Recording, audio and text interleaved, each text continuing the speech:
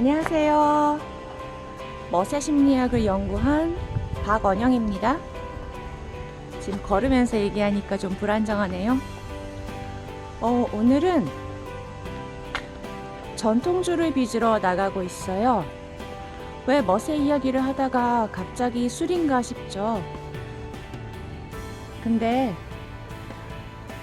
우리 전통 문화 안에 멋의 정신이 깃들어 있다라는 말씀을 드렸는데, 술에도 예외 없이 그 양극을 아우르는 그러한 부분이 술에도 예외 없이 들어있는데, 오늘 마침 술 빚을 일이 생겨서 가서 술 빚는 것도 조금씩 보여드리고, 그리고 술 안에 깃든 멋의 정신의 이야기도 조금 해보려고 합니다. 그러면 안전을 위해서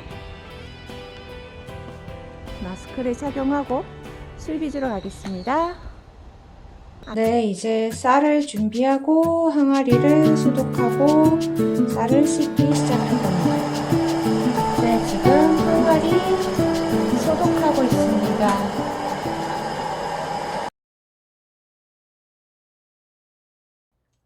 여러분 안녕하세요. 멋의 심리학을 연구한 에너지 힐러 박언영이 인사드립니다. 반갑습니다.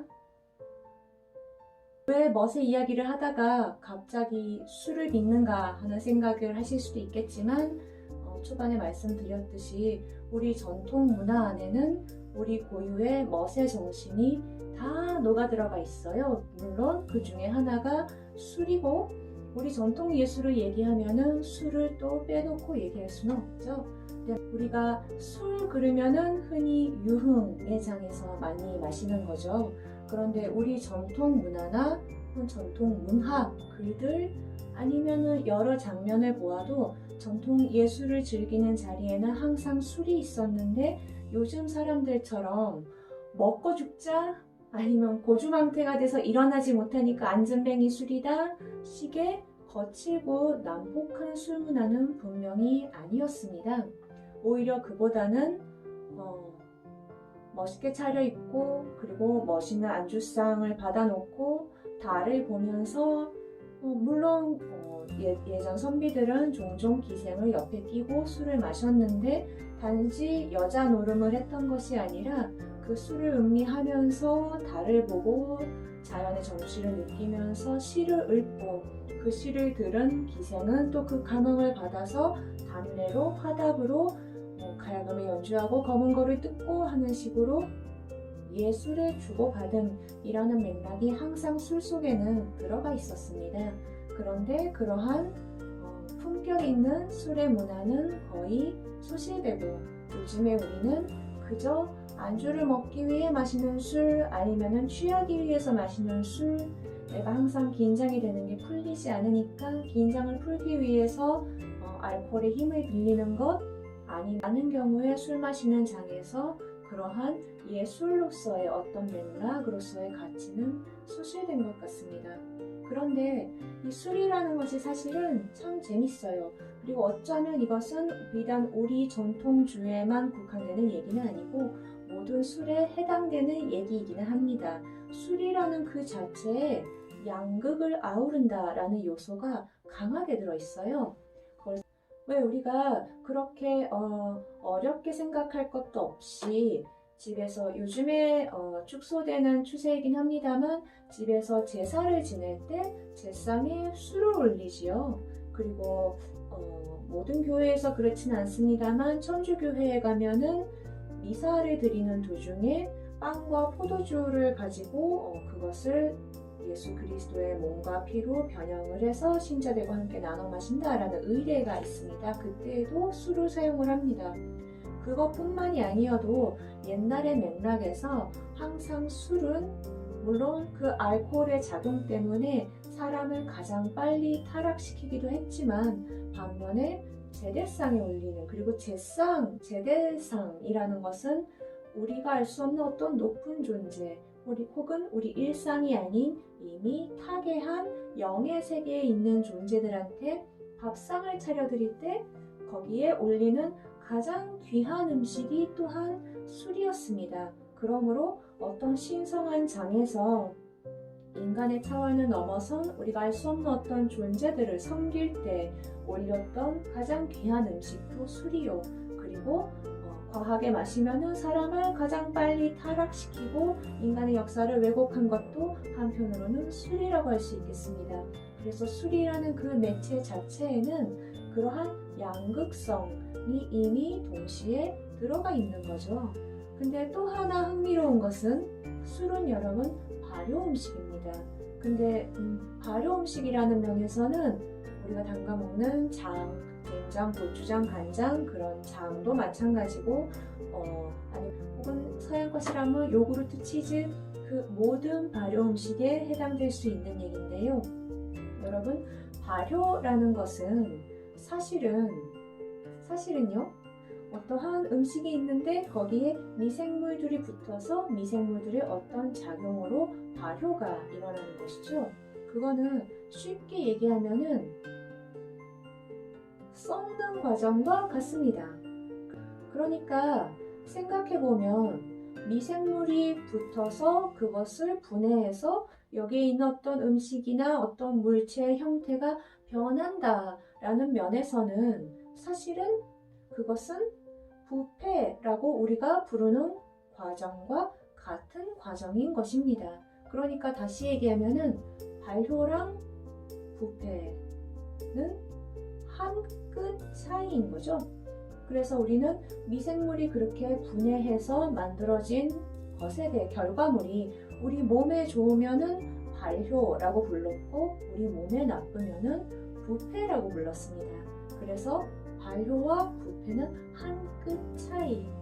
근데 그런 의미에서 볼 때 모든 발효 음식이 그렇습니다만 술 또한도 특히 제가 지금 오늘 빚고 있는 쌀로 만드는 전통 발효주의 경우를 얘기를 해보면은 그거 아주 쉽게 한마디로 얘기하면 술이라는 것은 쌀이 썩은 물입니다. 여러분 이렇게 얘기하면 굉장히 느낌이 달라지죠? 와인도 마찬가지, 꼬냑도 마찬가지. 어떤 음식이 발효가 미생물이 붙어서 분해가 돼서 물과 다른 요소들로 분해가 돼서 나온 그 결과물을 우리가 술이라고 마시는데 한마디로 간단하게 얘기하면 쌀이 썩은 물이에요. 이거는 뭔가 멋있지가 않죠. 근데 사실은 그것 또한도 멋있는 게 이거는 제가 느낌인데요. 영상의 향기를 담을 수 없는 것은 참 안타깝습니다만 술이 익어갈 때 보면은 잘 익어가고 있는 술에서는 정말로 거짓말 요만큼도 보태지 않고 꽃향기가 납니다. 지금 한창 봄꽃이 만발한데 매화꽃에서 나는 것 같은 꽃향기가 술이 익어갈 때 그 물에서 꽃향기가 납니다. 그래서 제 느낌은 쌀이 썩은 물에서 꽃향기가 나서 술이라고 부르고 마셨구나 라는 제 나름대로 멋대로의 표현입니다만 그러한 느낌도 또 있었고요. 그리고 그것이 부패로 가느냐 발효로 가느냐 하는 것은 그 미생물이 분해해 가는 그 과정에서 온도와 습도와 여러 가지를 정말로 미세하고 섬세하게 조정을 해줌으로써 그것이 발효로 갈지 아니면 너무 많이 분해작용이 일어나서 더 이상 못 먹게 된 그런 부패로 갈지가 결정이 되는 거죠. 그래서 그 발효 과정을 지켜보고 동반하는 그 사람의 손길, 섬세한 손길과 마음씀에 따라서 부패에서 발효로 그 한 끗 차이를 넘어서 부패에서 발효로 넘어가는 것이요. 그래서 그러한 승화의 과정이 모든 발효식품 안에는 들어있습니다. 근데 여러분 우리가 흔히 요가에서 이러한 얘기를 합니다. 우리가 받아 먹는 음식이 나의 몸을 구성하고 나의 몸에 나의 영과 혼이 담기기 때문에 내가 무엇을 먹는지가 곧 나다라는 얘기를 합니다. 그러므로 몸에 좋은 친환경적인 좋은 음식을 먹어야 한다라는 그런 가르침이 따라오게 되어 있는데요. 그 맥락에서 보자면 술을 정말 전통 천연제로 천연 방식으로 제대로 만든 술을 마신다는 것은 제 얘기는 화학적인 첨가물이 일체 들어가지 않은 제대로 만든 술 혹은 발효식품을 먹는다는 것은 그 승화의 결과물, 과정과 결과물을 내가 먹는다는 것이 되겠죠. 그럼으로써 그 승화라는 요소가 내 몸 안에 들어오는, 그럼으로써 내 안에 어떤 것들이 승화의 에너지에 조금 섞일 수 있는 그런 부분이 있다고 저는 에너지적으로는 이해를 하고 있습니다. 그런 의미에서 부패와 발효라는 그 양극단, 그 한 끗 차이로 그것을 오고 가는 그러한 과정의 결과물인 술 혹은 발효식품들이 다른 어떤 음식들에 비해서 훨씬 더 영적인 맥락 혹은 어떤 심오한 맥락이 거기에 들어있다라고 말할 수가 있겠습니다. 그래서 발효식품이 유산균이 많으니까 장에 좋아요, 건강에 좋아요 하는, 물론 그런 물리적인 차원도 있겠습니다만 단지 그런 물리적인 차원뿐만 아니라 저는 발효식품에는 그러한 정신적인, 영적인 측면이 들어가기 때문에 우리 몸에 또 좋은 것이다, 우리 존재에 좋은 것이다 라고 이해를 하고 있습니다.